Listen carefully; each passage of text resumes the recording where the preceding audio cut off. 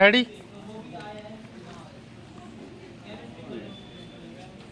Start.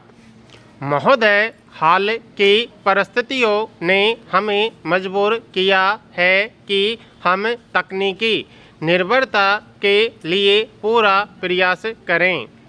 हमें यह खोज करनी है कि कैसे हम बाहर से माल मंगवाने, पैसा देकर इंजीनियरिंग सेवाएं और तकनीकी ज्ञान प्राप्त करने के बजाय उन्हें अपने घर से ही पूरा कर सकें।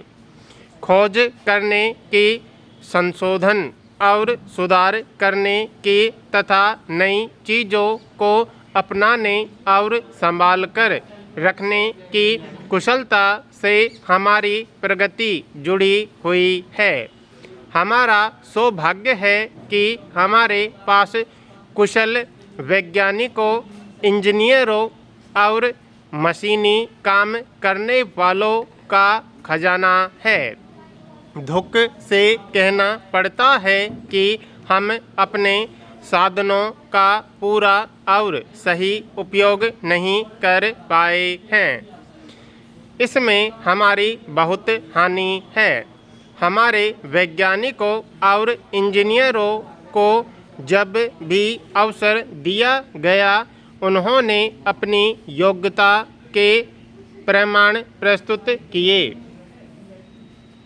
आर्थिक विकास के क्षेत्र में काम करने के इरादे और वास्तविक काम में चिंताजनक अंतर है।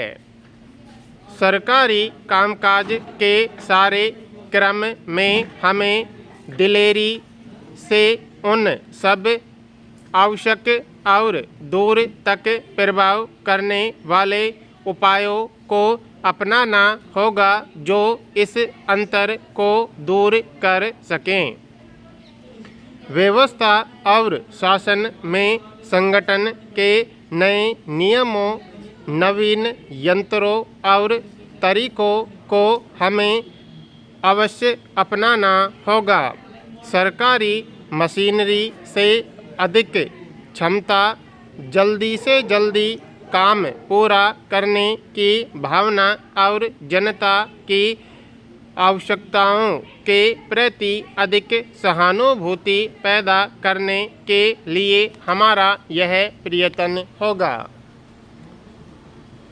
अपनी पुरानी शानदार परंपरा के अनुसार हमने सभी देशों से मित्रता और शांति नीति अपनाई है और सभी प्रश्नों पर स्वतंत्रता से निश्चय करने का अपना अधिकार सुरक्षित रखा है। जिन सिद्धांतों पर हमारी विदेश नीति आधारित है, वे न केवल हमारे देश के सर्वोत्तम परंपरा के अनुरूप है, बल्कि वे हमारे देश की इज्जत, प्रतिष्ठा और हितों के भी अनुकूल है। आज भी इसमें कोई फर्क नहीं पड़ा है। मैं जब जब बाहर गई, मेरी भेंट अनेक देशों के सरकारी और गैर सरकारी नेताओं से हुई और मैंने देखा कि सब में हमारे प्रति मित्रता का भाव है और सब हमारी नीति को समझते हैं। मैं सच्चे दिल से अंतर्राष्ट्रीय मित्रता और शांति को बढ़ाने के लिए काम करूंगी, जिससे सारे संसार में लोग भय और आतंक से मुक्त होकर बराबरी के दर्जे पर स्वतंत्रता से रह सकें।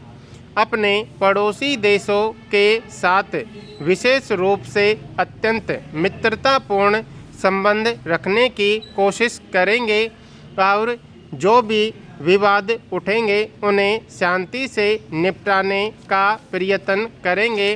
ताशकंद घोषणा इसी निश्चय का प्रतीक है। महोदय, हम शांति के लिए काम अवश्य करेंगे, लेकिन हम यह नहीं भूल सकते कि सरकार पर देश के स्वतंत्रता और प्रादेशिक अखंडता की रक्षा की जिम्मेदारी है। इसलिए हम हमेशा सावधान रहेंगे और आवश्यकता के अनुसार अपनी रक्षा व्यवस्था को मजबूत करते रहेंगे। हाल के आक्रमण के समय हमारी सेनाओं ने जिस बहादुरी, उत्साह, साहस और आत्म बलिदान का परिचय दिया, वह देश के लिए अत्यंत उज्जवल उदाहरण है। जिन भाइयों ने मातृभूमि की रक्षा में अपने अंग गंवाए हैं और गहरे घाव झेले हैं, उनके लिए मेरा दिल भरा हुआ है। मैं उनका स्नेह से अभिवादन करती हूँ।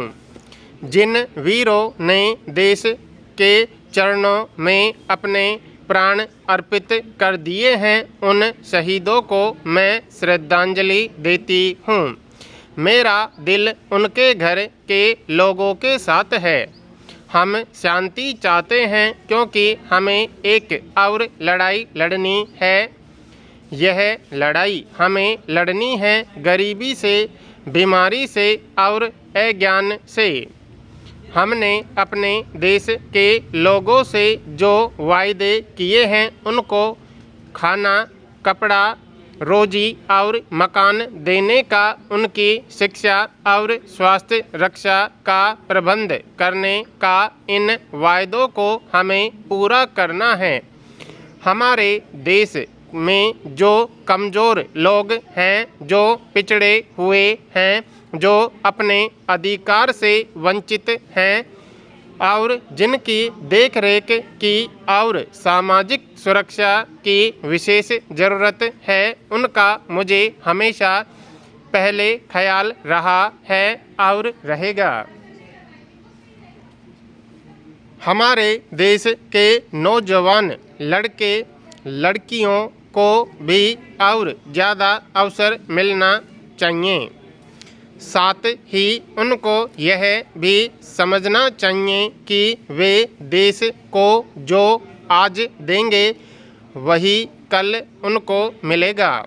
देश उनसे यह आशा रखता है कि उनके हौसले ऊंचे हों, आकांक्षाएं बड़ी हों और वे बड़े काम करें।